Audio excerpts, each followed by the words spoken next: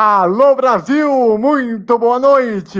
Estamos chegando com mais uma edição do meu, do seu, do nosso Bandeira Quadriculada, a edição do dia 9 de agosto de 2021. Então vamos aos destaques desta edição.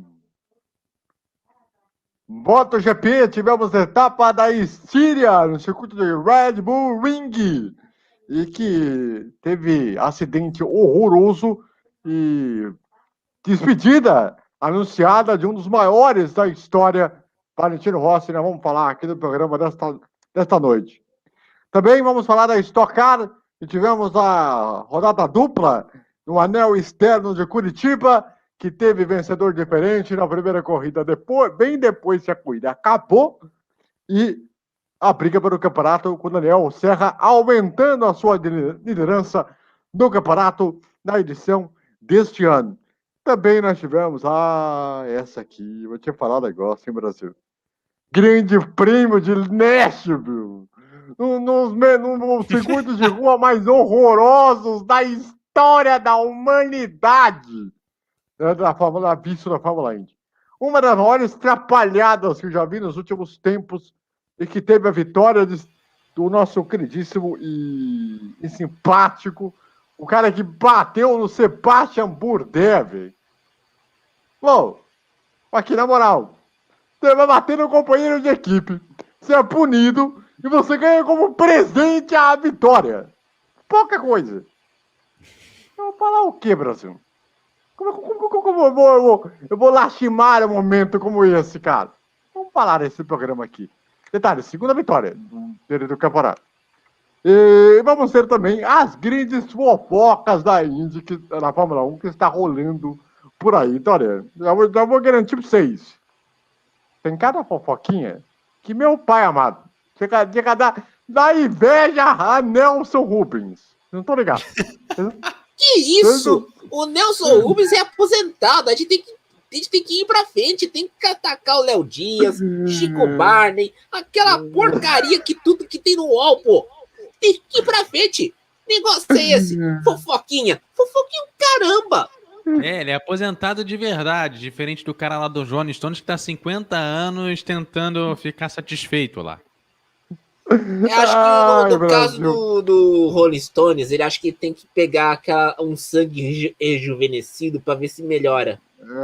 Como vocês puderam ouvir aqui e ver, nós temos aqui Eduardo Couto.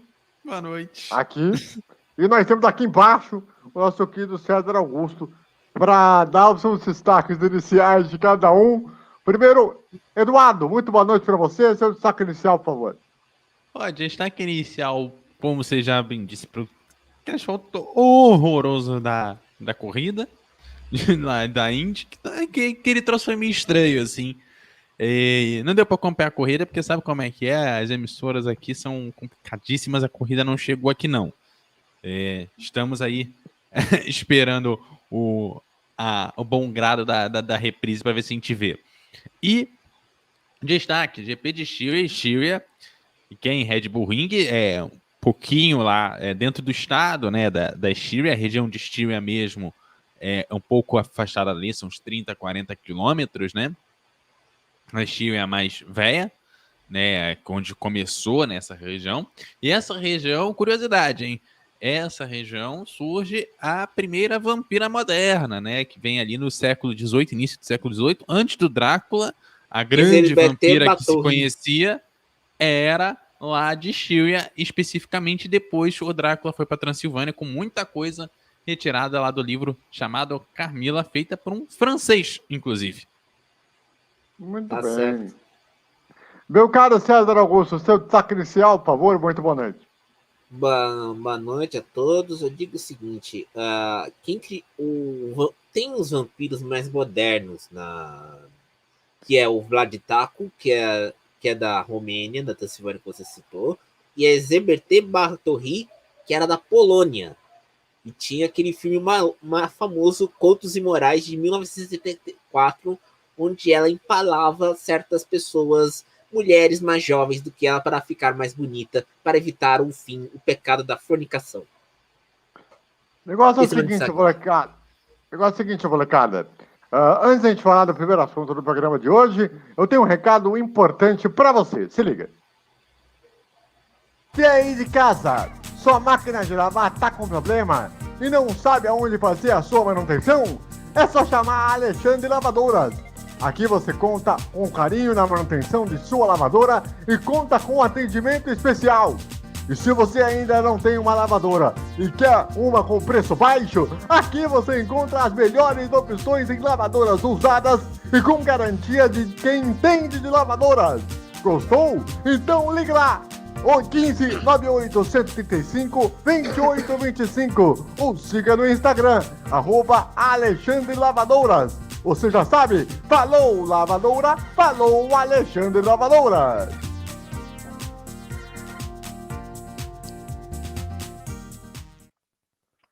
Muito bem, torcida brasileira.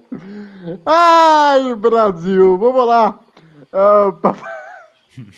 O cara não vai ter controle hoje. Eu tô falando, pô. Eu tô falando que isso não vai dar certo. O programa vai dar no nível Antero Greco e... Amigão, é? Vamos falar amigão, muita... mais um abraço sobre o amigão Paulo Soares. Vamos falar pra vocês, hein?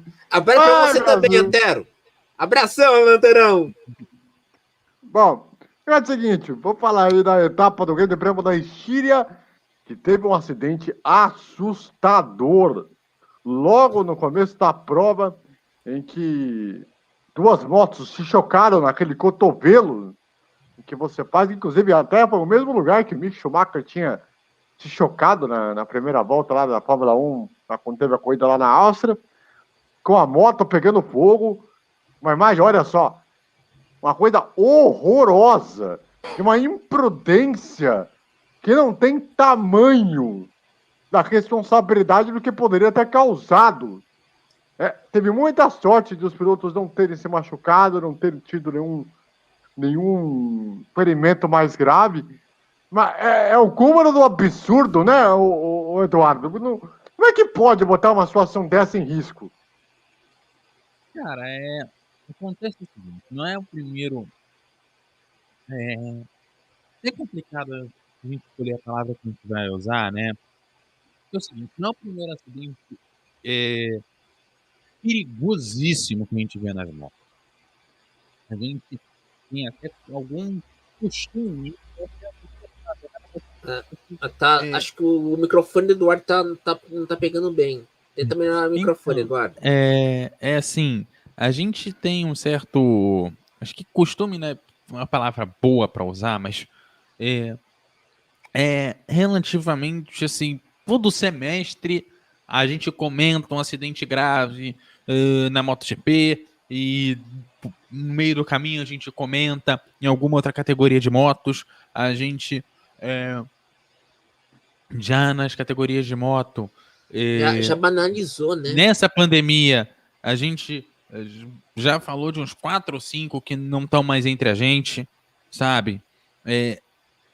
Falta muita proteção. Ah, mas não tem como proteger na moto. Sim, realmente tem coisas que não dá para proteger, mas, bicho, um acidente como o de ontem só mostra o quanto que a gente precisa evoluir as motos, sabe? Não sei se poderia virar alguma coisa mais próxima do que é a Fórmula 1 com a Halo, com a Indy, com um vidro, né, que tem ali na frente, o aeroscreen, né? E virar aquelas motos de filme futurista que é uma bola, assim, protegendo quem tá dentro, sabe?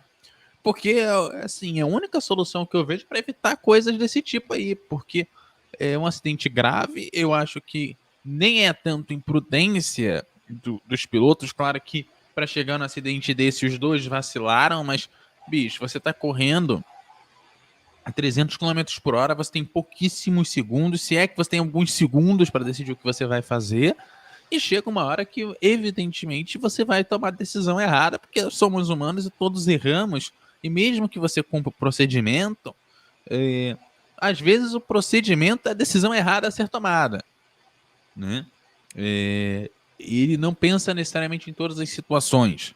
E aí me parece que o acidente de ontem foi mais um exemplo do quanto que as motos ainda são o lugar mais inseguro do automobilismo, que tem evoluído muito em segurança E veja, são raros os acidentes que a gente fala de pilotos que tiveram acabaram falecendo ou de acidentes que realmente teve algo muito grave. A gente vê na Fórmula 1 acidentes que provavelmente os caras sairiam mortos do acidente e sobreviveram. Ano passado a gente discutiu muito o acidente, não foi do Grosjean, gente, o nome dele na cabeça, né? Que passou, né, pelo guardrail e todo mundo achou que efetivamente piloto. Foi o Grosjean mesmo, né? Aí, ó, Foi viu? o Grosjean. Por isso que eu tava com o nome dele na cabeça, e tá vendo? Você vê que às vezes a gente mesmo esquece.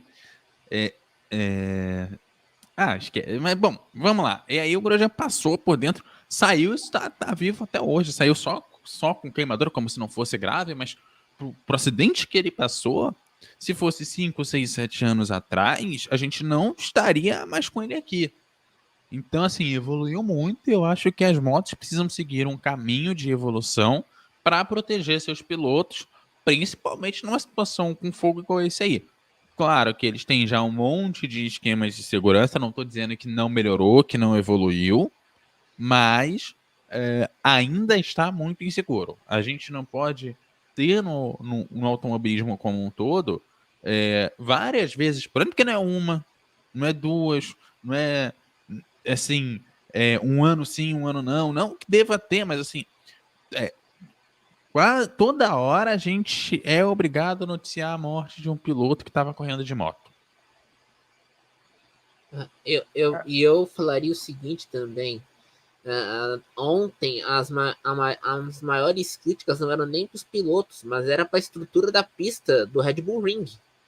Porque essa área que você está vendo na foto, AVC, e Eduardo e o Fernando que postou, é uma área que praticamente não tem a brita. É uma área que é toda asfaltada. E essas áreas de brita não tem muito nessa curva aí da Red Bull Ring, que é no primeiro cotovelo. Então, aí temos que discutir também a questão do combustível. Quando teve um acidente feio na Indianápolis em 63, mudou-se o combustível. Saiu o combustível, entrou o metanol, que era um combustível mais frio e que, vamos dizer assim, não tinha as chamas não eram percebíveis a olho nu. Era quase uma chama invisível. E por causa de uma evolução de um acidente feio em 63 em Indianápolis. Antes do Cody Chapa colocar o carro de motor traseiro, motor central, com a vitória do Jim Clark em 65. E é engraçado que nesse começo desse ano, nós tivemos na Moto 2 um acidente muito parecido com esse aqui, em que tivemos uma morte de um piloto francês. Foi o Jacques, não foi francês, foi suíço, é o Jacques do Pasquier. Isso. Se eu não me engano, na Moto 2. Que era na Moto 2, que etapa que era? Era na etapa da...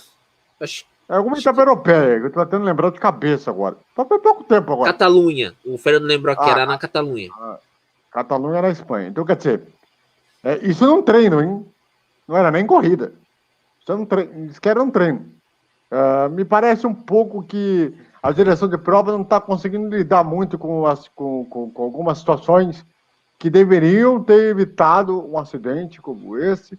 E o Pedrosa, né, que estava um dos envolvidos, né, É o Dani Pedrosa. Envolvidos nessa pataquada que poderia ter custado caríssimo a vida do piloto, do companheiro de piloto, porque por mais que sejam rivais de equipe, ele está competindo com um cara, com outra pessoa e então, sabe, que noção ele não é você teu tá inimigo, né, cara? Ele não é o teu inimigo, é o teu adversário, mas não é um inimigo mortal. Tipo, a noção que ele fez para fazer a entrada na curva para acabar batendo na moto seguinte ali, pelo amor de Deus, o negócio... Não, eu acho que vocês não vão se lembrar, mas em 2019 tem um acidente mais feio envolvendo Marques, Pedrosa e Lourenço, que o Lourenço voou. Sim. 2019, numa etapa espanhola da MotoGP. É inacreditável como que pode... E o mais absurdo é você não punir o envolvido pelo acidente. Mas aí eu acho que falta uma baliza nossa também, né? Porque assim, ou você deixa a galera correr igual corre nas motos e dá aquela disputa bonita, não sei o que, as motos todas grudadas, então que acaba gerando acidente também, tá? E eu não tô dizendo que isso é certo ou errado e tal, mas assim, você, pegando os extremos, você tem as motos que com essa disputa do jeito que é, até certo ponto, relativamente a mais descontrolada no sentido de não haver punição, não ter tanta punição, a direção de prova deixa correr um pouco mais solto, prefere chamar os pilotos no briefing dos pilotos do que dar uma punição na corrida. E do outro lado, você tem a Fórmula 1 que, bicho, até jogando eu tenho medo de ultrapassar alguém. Porque eu acho que se eu ultrapassar, eu vou tomar 5 segundos. Entendeu? E Então, assim, outra também. precisa de uma baliza para isso.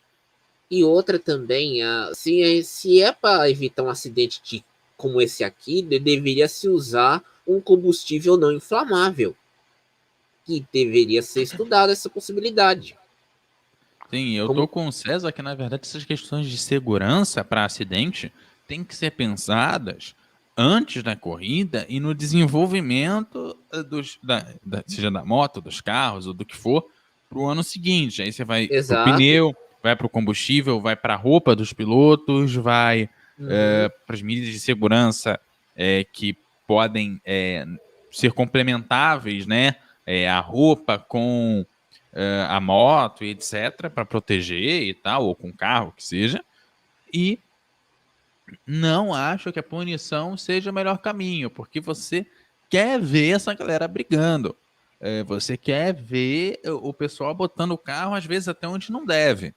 Se for punida porque causou um acidente grave, é porque o piloto causou o acidente grave e não porque o combustível inflamou, porque o outro piloto porque atingiu um outro piloto ou alguma coisa.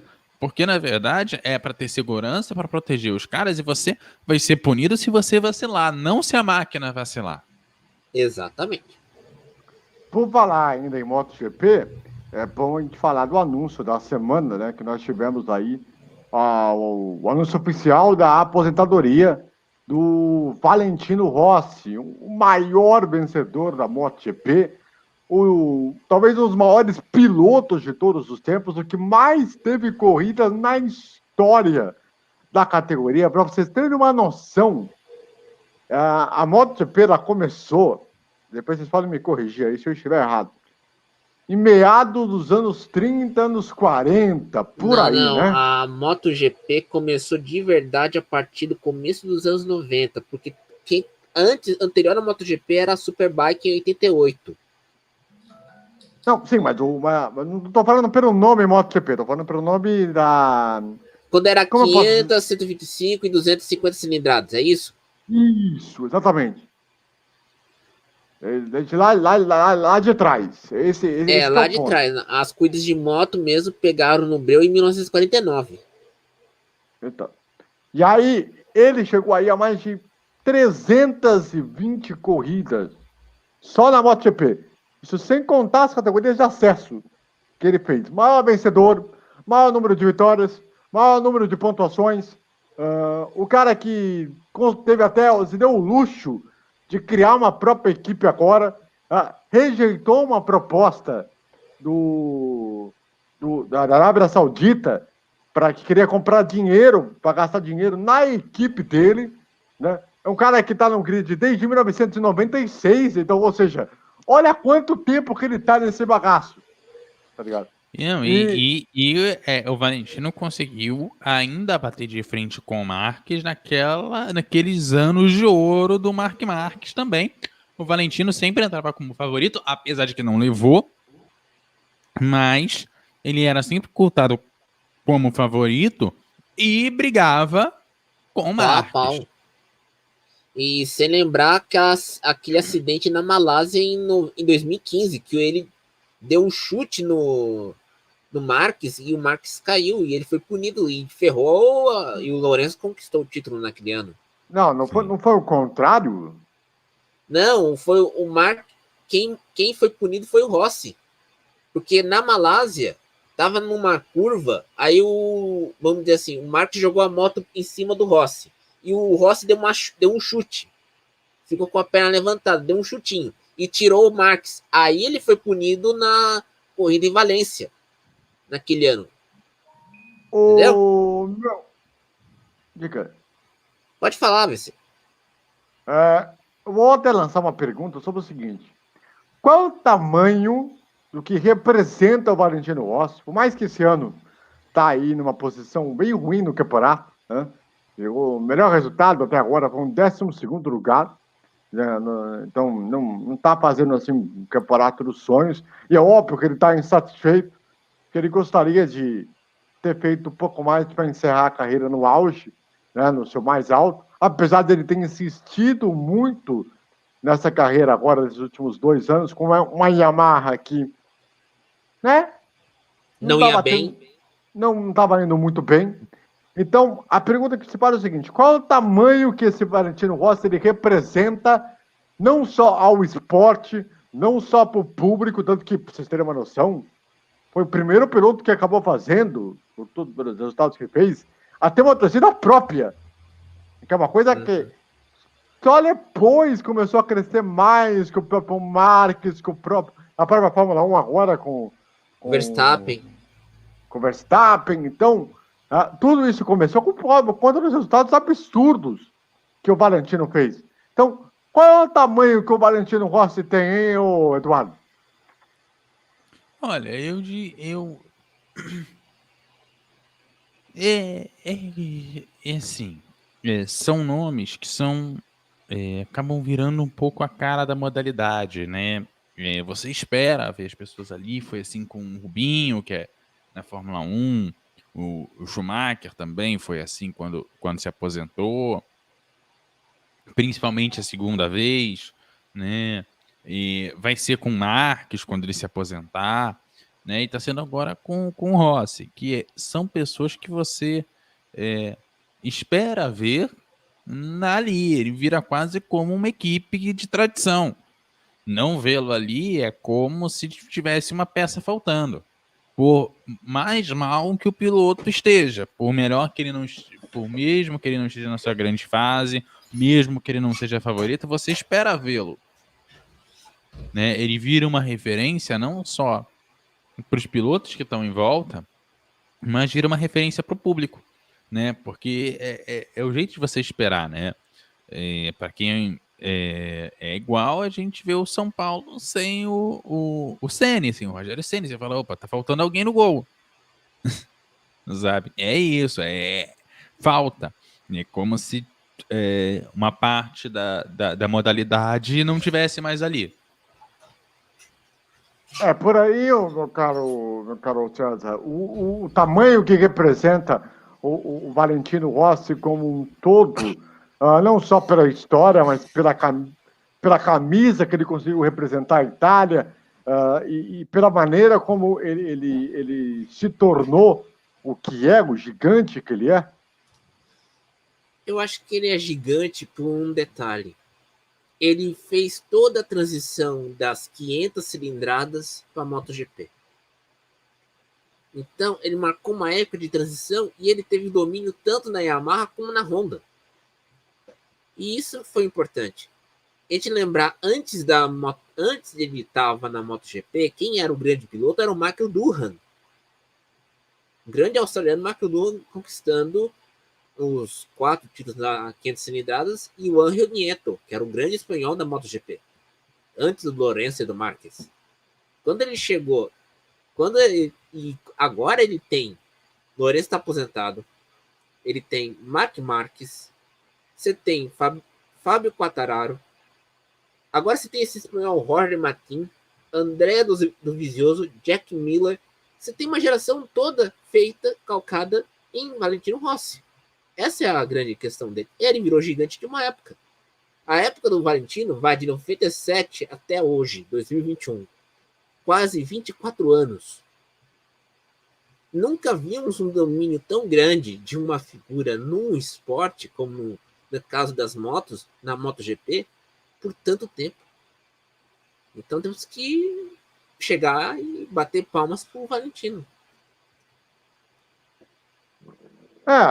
O Valentino, ele, tanto que na coletiva, né, que teve o anúncio oficial, extremamente querido por todos os pilotos, todo mundo reverenciou a forma como ele conduziu, a maneira como ele cresceu muito na história da modalidade, tanto que muito dessa molecada que está chegando agora, né, e é muito por conta pelo que o Valentino colocou a modalidade na grande mídia, no grande centro das atenções.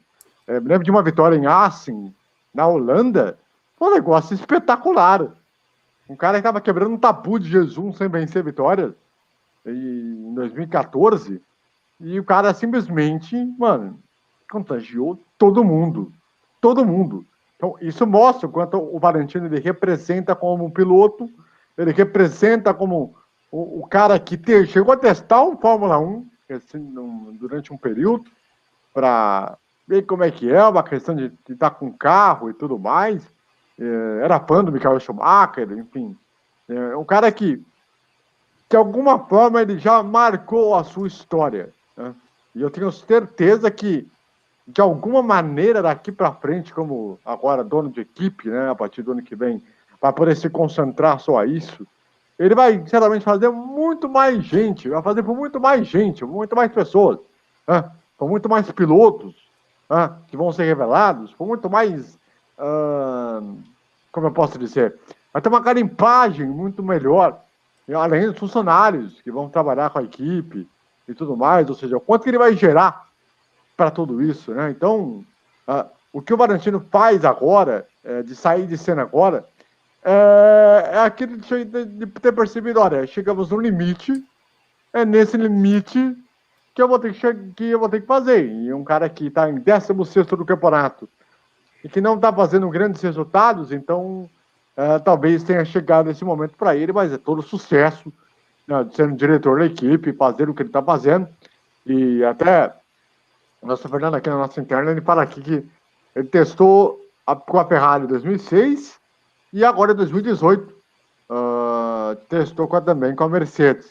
Então, fica aqui nosso abraço aqui para o nosso Valentino Rossi, um mito, uma lenda. E só para completar isso tudo, é uma perda também para a direção de prova, porque um piloto com esse tempo de categoria é um piloto muito importante no briefing e um piloto muito respeitado no briefing, né? Que se faz todas as corridas, saber o que pode, o que não pode, saber qual é a condição da pista e tudo mais.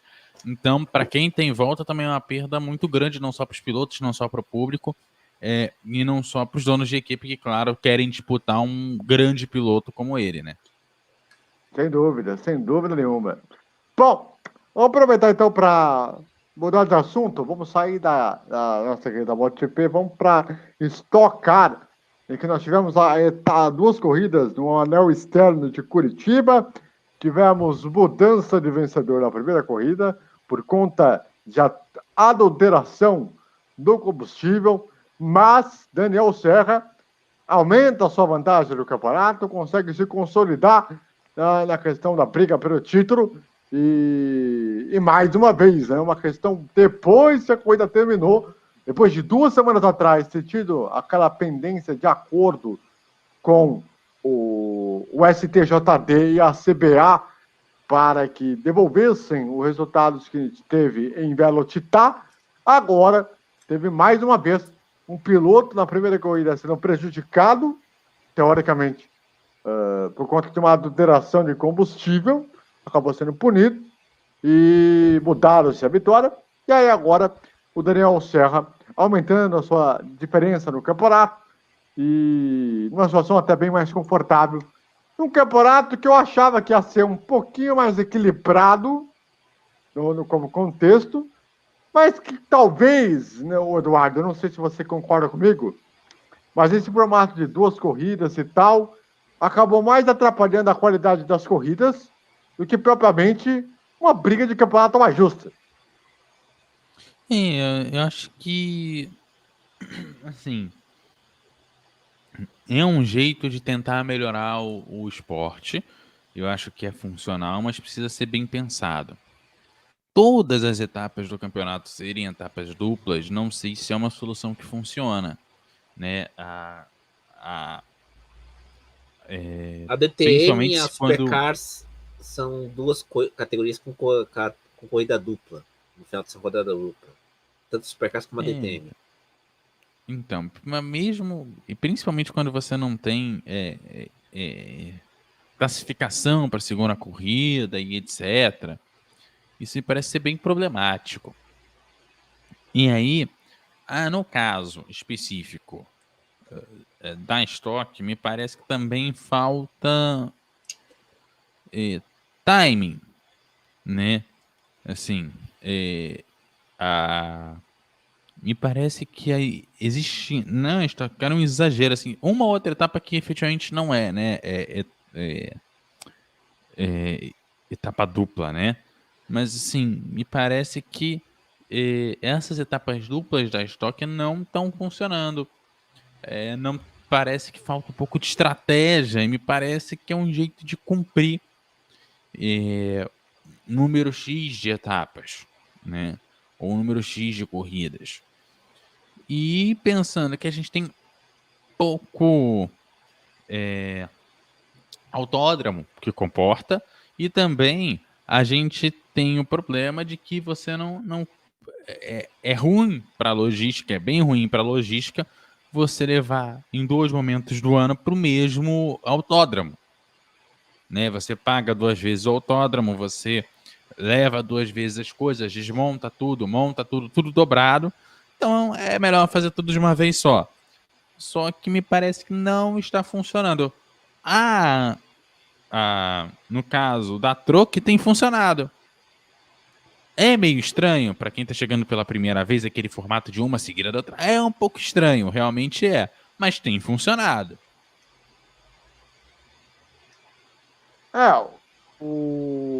Pra mim, eu acho assim que você ter rodada dupla num carro de turismo no mesmo dia, toda semana, me parece também uma falta de planejamento de escolher autódromos que possam ser importantes para o campeonato, que possam ser realmente relevantes. Nós temos pouquíssimos que são olhados e são vistos na estoque.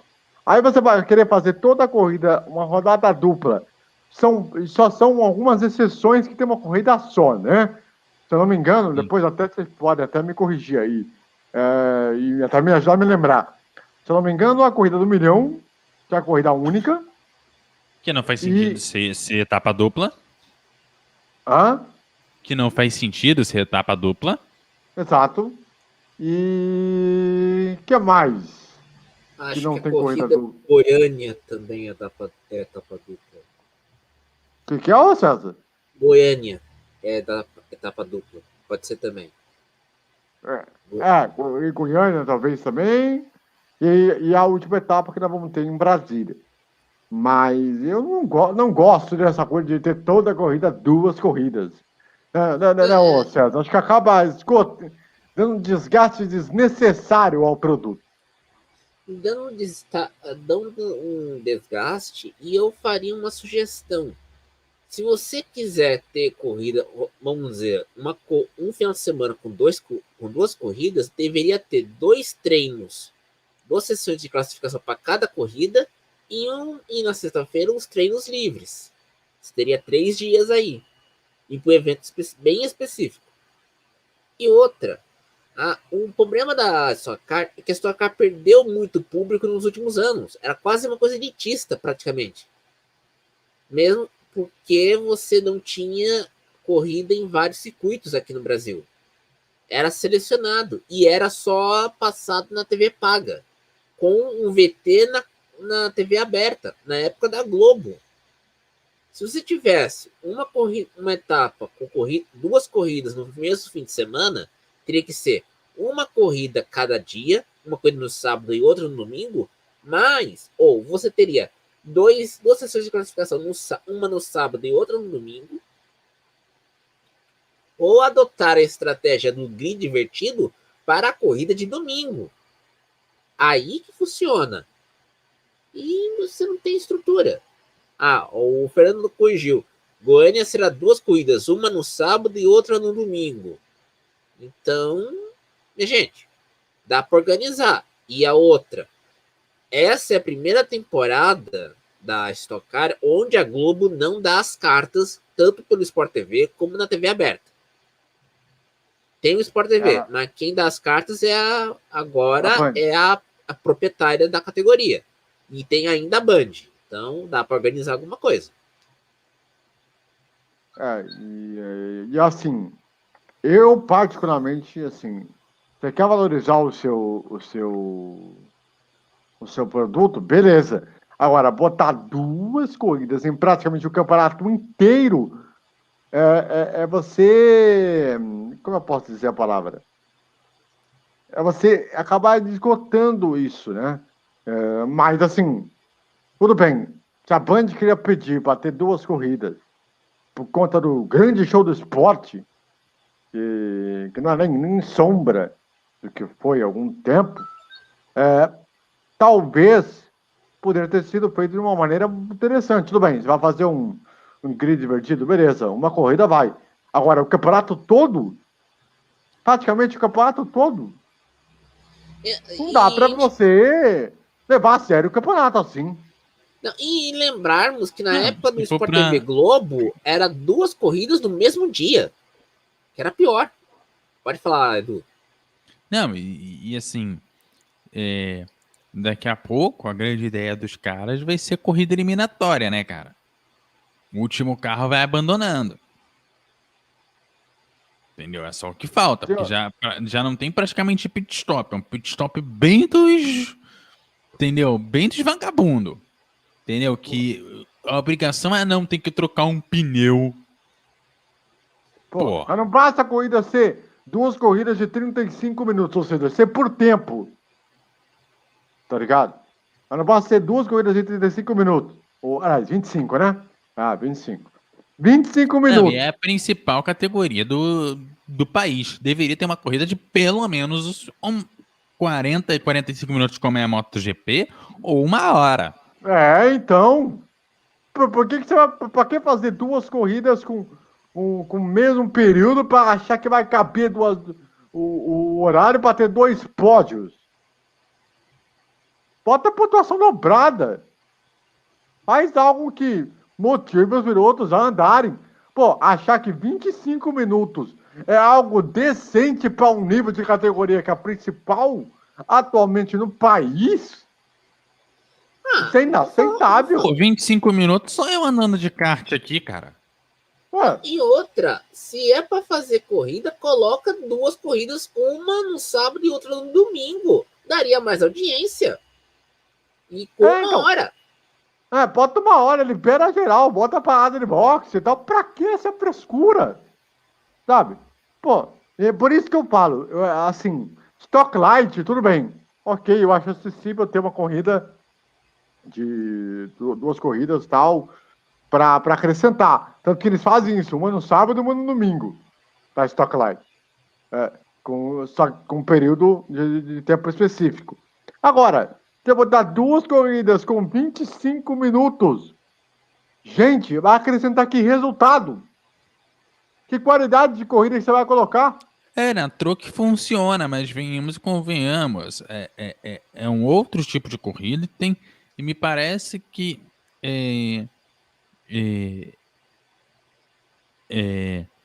funciona primeiro porque não tem parada nos boxes, né? Começa daí. É por isso que eu acho que funciona. E você consegue mexer no meio do caminho quem tá na frente. Você inverte o grid e você mexe com quem tá na frente e você vê se o cara consegue passar a galera. Porque aí, beleza, o cara largou na frente, venceu a primeira corrida. Eu quero ver você passar e ganhar a segunda. Sim, mas tipo, mas você não concorda, Eduardo, que tipo, você botar praticamente em todo o campeonato, ele não perde a sua essência? Cara, perde. Mas aí você tem, vamos lá, você tem a Fórmula E. Só que aí você tem uma corrida de 1 hora no sábado, uma corrida de 1 hora no domingo, né? Não 1 hora, né? São 45 minutos e uma volta, né? Isso. E você tem também a questão de você ter sessão classificatória no sábado e no domingo, Sim. né? Se é circuito de rua, se é circuitos que você não tem acesso sempre, você praticamente só vê na Fórmula E. Não é autódromo que você vê em várias outras categorias. E, bicho,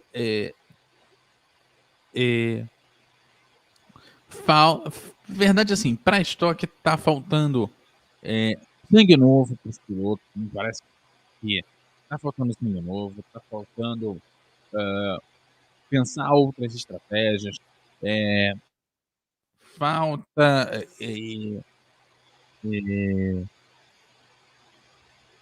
falta pouco, né, voltar esse Falta público, ideia, falta imaginação.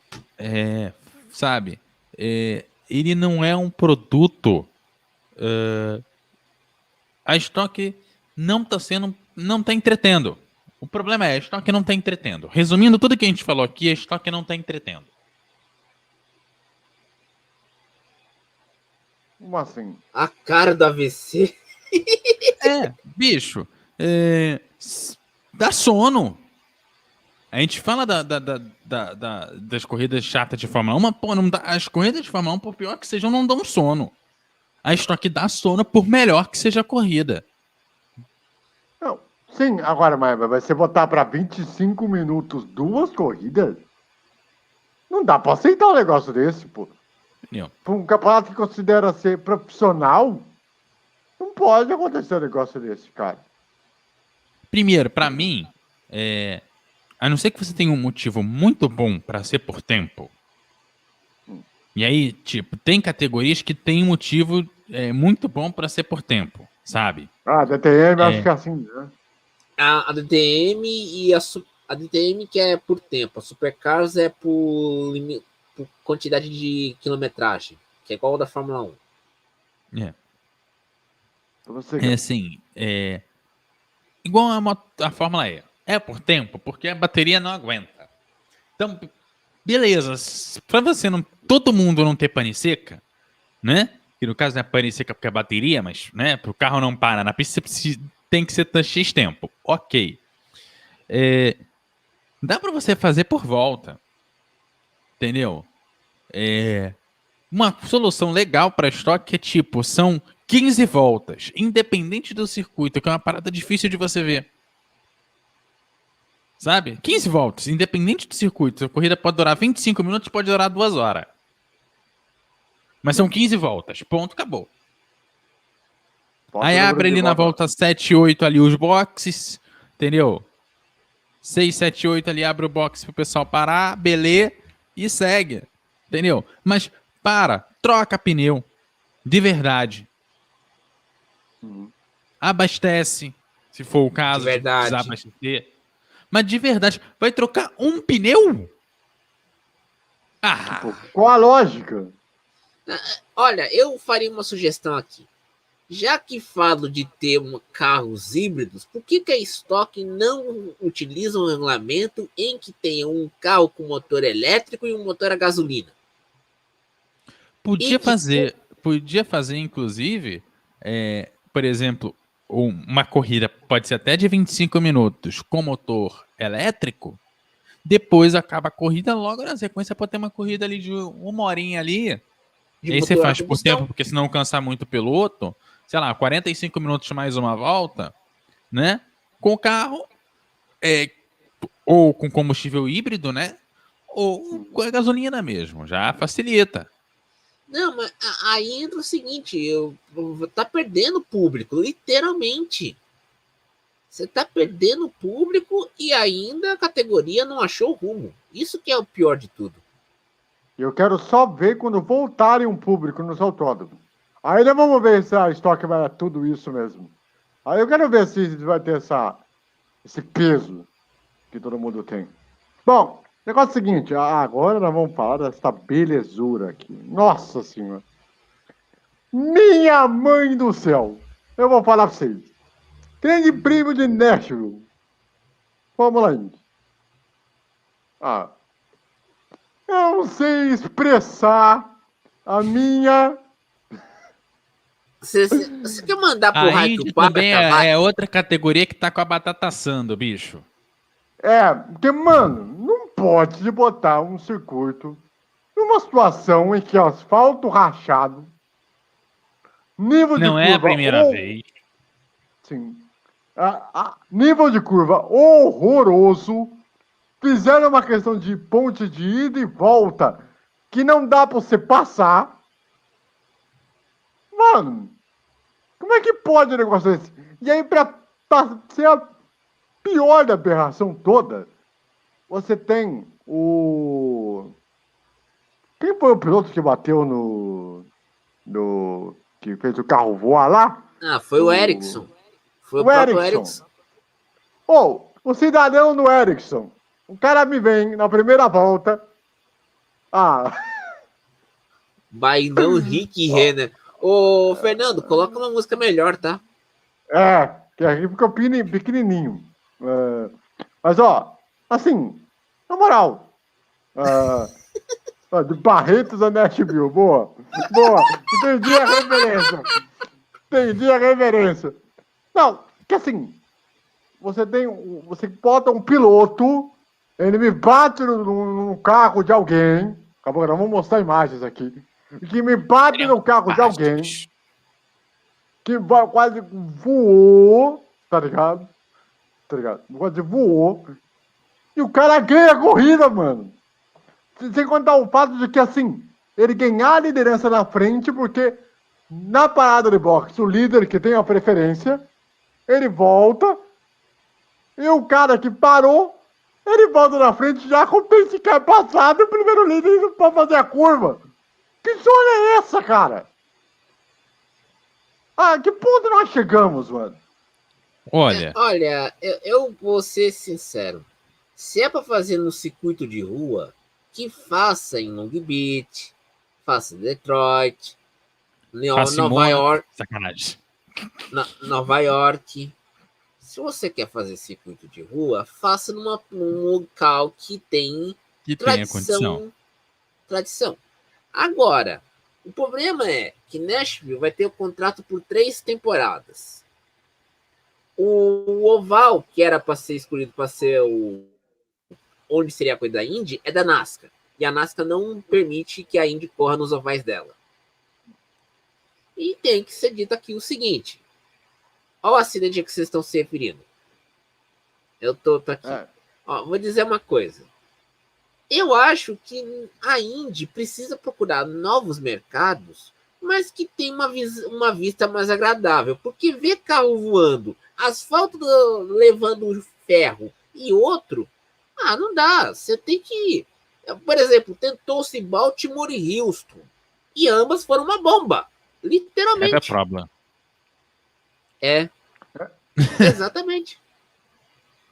E é engraçado, e é curioso porque, assim, por exemplo, o acidente do Colton Herta, que ele depois de tentar partir para cima do Ericsson, com um carro muito superior. Muito superior. Tá ligado? Muito, muito, muito superior. E ele bateu numa curva que era, mano, coisa mais básica que você fazer na lei de trânsito. Não, mas o Colton Herta já bateu naquela curva na sexta-feira, no treino livre. E teve que ter bandeira vermelha. Como que você vai levar uma categoria a sério? Se eu fosse o Roger Penske, eu acho que depois que a gente viu esse desastre em Nashville, pensar em escolher um local com tradição para sediar uma corrida de rua. Porque não dá Nashville e tem que ser ou Detroit ou Long Beach. Ou a exceção quando vou para a Austrália para Surfers Paradise, que era uma pista boa. Sim. Ou chega aqui em São Paulo quando era o circuito do AMB, né, André? Então. Saudades. Era legal. Então, se você quer um circuito de rua digno de nome, você tem que pegar em local com tradição. Long Beach, Detroit, Surfers Paradise, que agora se chama Gold Coast, ou São Paulo. Aí estamos vendo a foto do Ericsson. Husky Chocolate, olha, mais uma marca de chocolate para comer. Continua a ver se... É aquilo, né, o meu caro Eduardo? Assim, não dá, no caso do Erickson, é mais inacreditável de assim você causar um acidente que poderia ter gerado proporções terríveis. O cara, Sim. ele ir pro box, troca o bico, ele volta e volta na frente. Que tipo de direção de prova que me faz uma coisa dessa, meu caro? Como é que faz? Como que defende? Olha,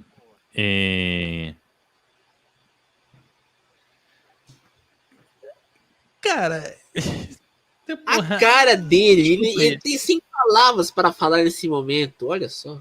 bicho,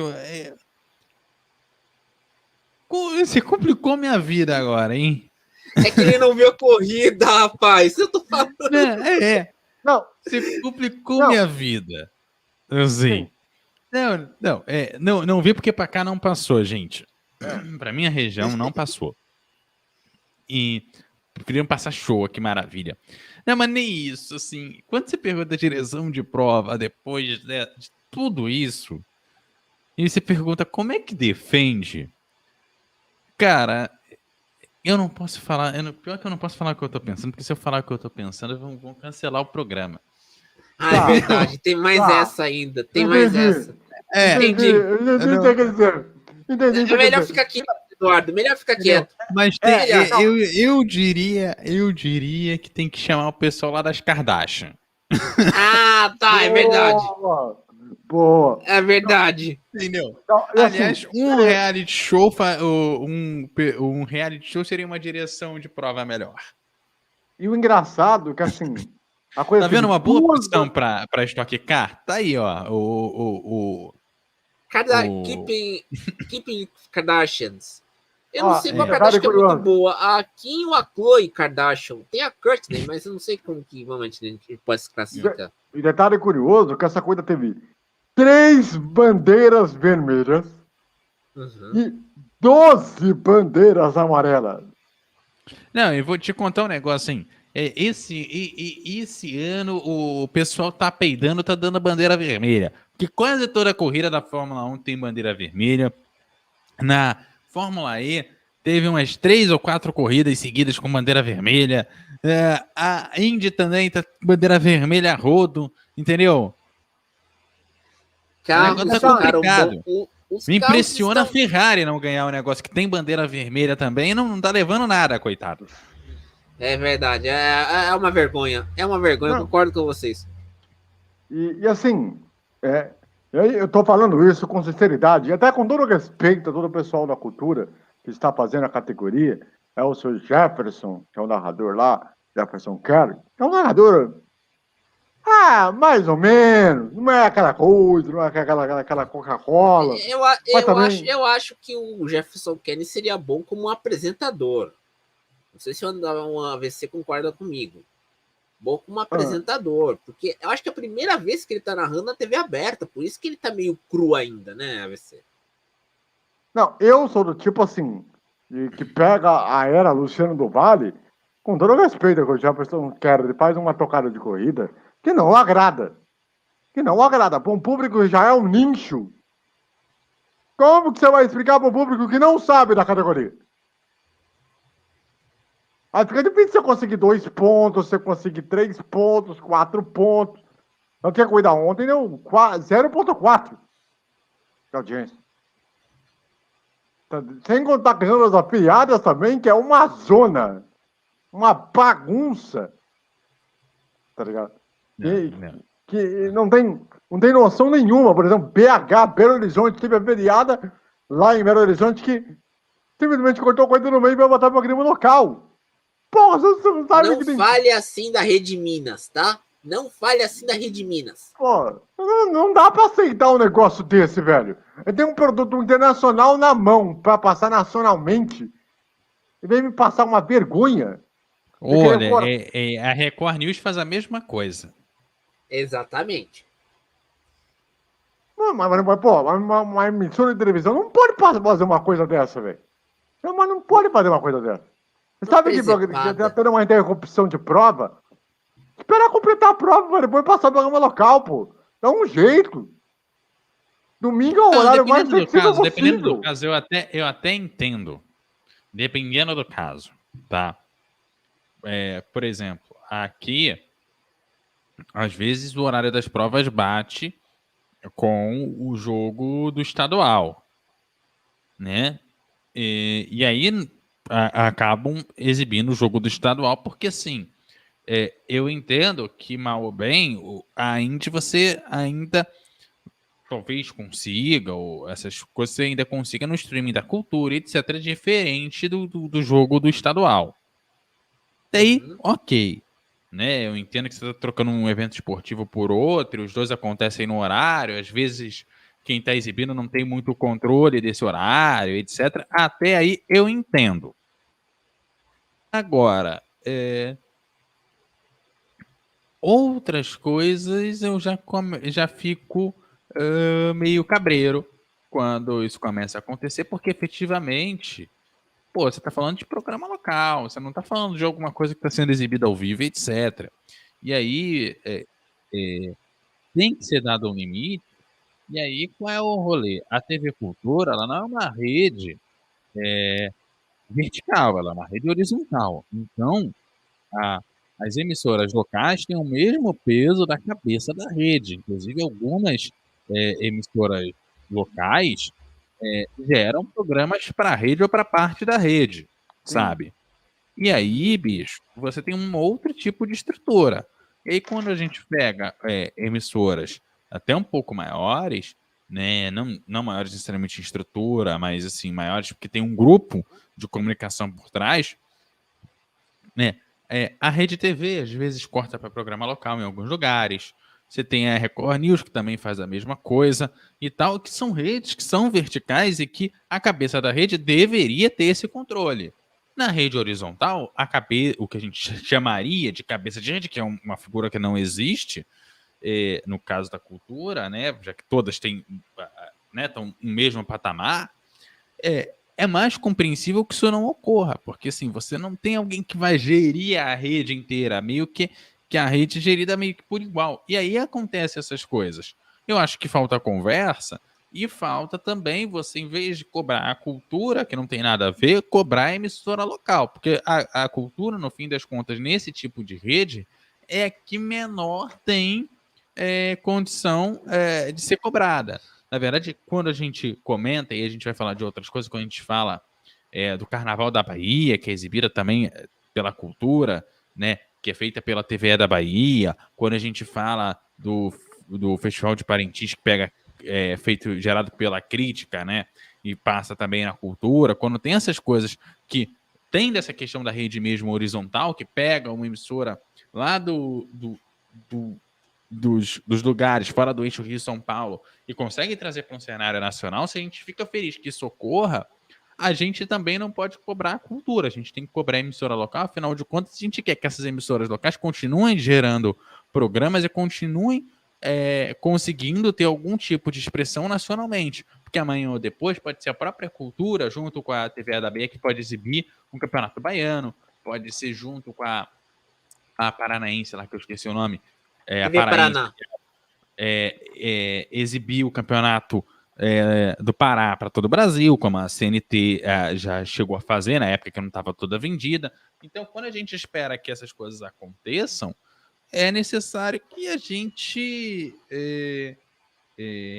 cobre as emissoras locais que façam essa rede horizontal nesse sentido, ser um pouco verticalizada no sentido, quem é que está comandando o evento internacional? Ah, fulano, ciclano, beltrano. Então, gente, não vamos cortar esse tipo de evento. Seguinte, vamos então aqui para falar das fofocas da Fórmula 1. Nossa, que beleza, hein? Agora o negócio vai ser interessante. Vamos lá. Primeiro, César Eduardo, o que vocês podem trazer para a gente de aleatoriedade da Fórmula 1, por favor? Vai lá, César. Você quer que eu fale mesmo? Tá bom. Logo eu. Você é o fofoqueiro de plantão. Ah, eu sou fofoqueiro. Que bom, né? Logo agora, né? Ó, Aqui a gente a gente fala, hein? A gente fala mesmo. Pô, a mulher é bonita, mas a foto é pequena também, né? Dá pra ajudar a pôr uma foto melhor, né? Aumenta um pouco a foto pra gente identificar, né, meu? Ó, aí também ele é dó, assim. Aumenta um pouquinho a foto. Coloca pra a gente- Mentira, foto eu não da tô nada. Eu menina. vou identificar, Brasil. Aí, alguém tem uma lupa aí? Ah, não sei não. Vamos ver agora se melhorou. Ah! Melhorou. Ah, aí, ó. Anitta! Grande Anitta! Anitta! Mas Vou essa falar. foto é de 2017, pô. Dá pra identificar por causa da Renault. Não, só que é o seguinte. Só que é o seguinte. O mais engraçado dessa história toda, nesses últimos dias, é que nós vimos George Russell em Ibiza. Como que você ia ver isso? Um cara que há um ano atrás era considerado um piloto da Williams, praticamente descartado, olhado para o além. De repente, o cara tá curtindo a pausa em Ibiza. E eu não posso falar muito de Ibiza, não, porque o Fernando tá no nosso pé que a gente já passou do horário. E Ah, aí eu não posso comentar sobre os pacotes de viagem para Ibiza para vocês, não. Mas fica para uma próxima, ah. que aí o próximo que for para lá eu dou detalhes aí. Ai, meu Ai, meu santo. pai. Ah, você contar com o Lewis Hamilton, agora tá com nova namorada, né? Que beleza, hein? Maravilha, hein? Que Namorada, eu vou fase. falar cada uma também, hein? Cada Putz, uma, hein, grilo. Brasil? Olha, ó, aliás, quem separou foi um brasileiro, separou também. Tá Pô, separado. Um eita. piloto brasileiro tá separado. Eu não lembro quem, eu li esses É... dias aí. Bom, Putz, é eu o vou falar seguinte. cada uma, né? É o seguinte, estamos aqui entrando no final do programa.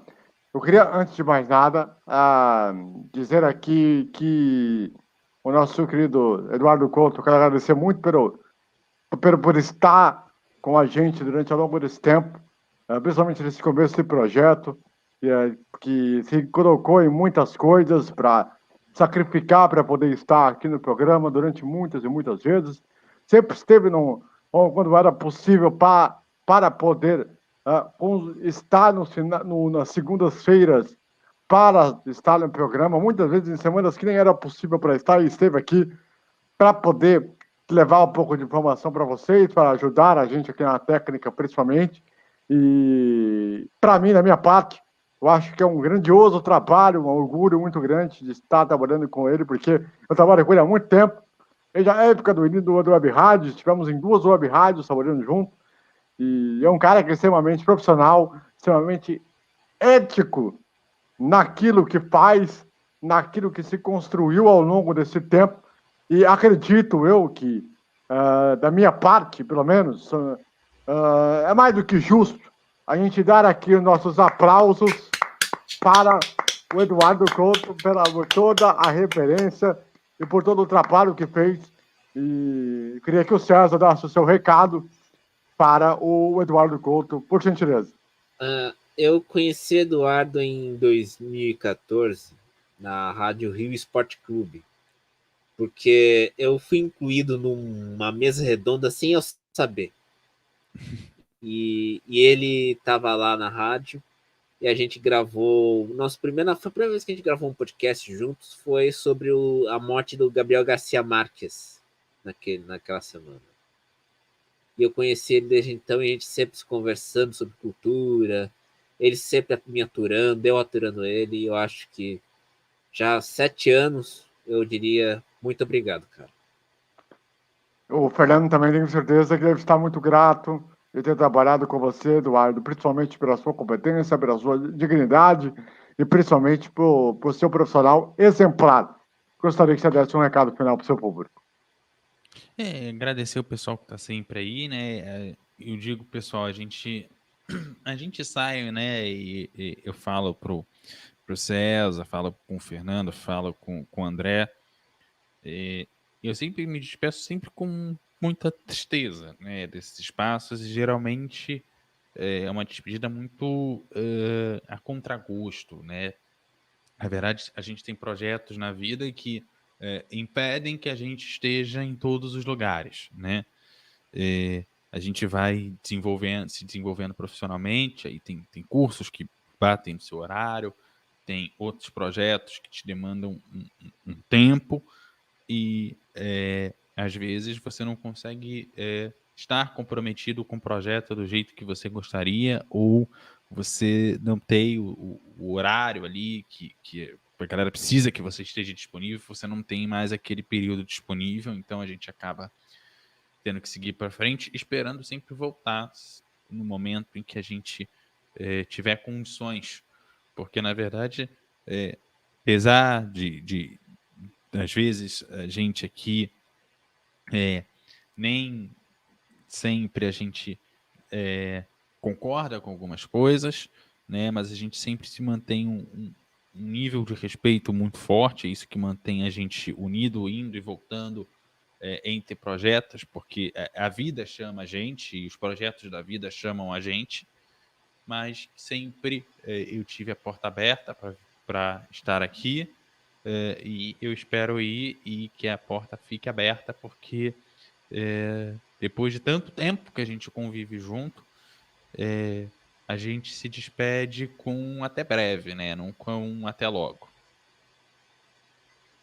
Muito bem, e o espaço está aberto. Como sempre, a casa está aberta, como para você voltar quantas vezes for necessário e quantas vezes for possível. Bom, é o seguinte, molecada. Muito obrigado pela audiência, pela grande companhia de todo mundo. Segunda-feira que vem estaremos de volta com mais uma edição do Bandeira Quadriculada. Boa semana, grande abraço, valeu!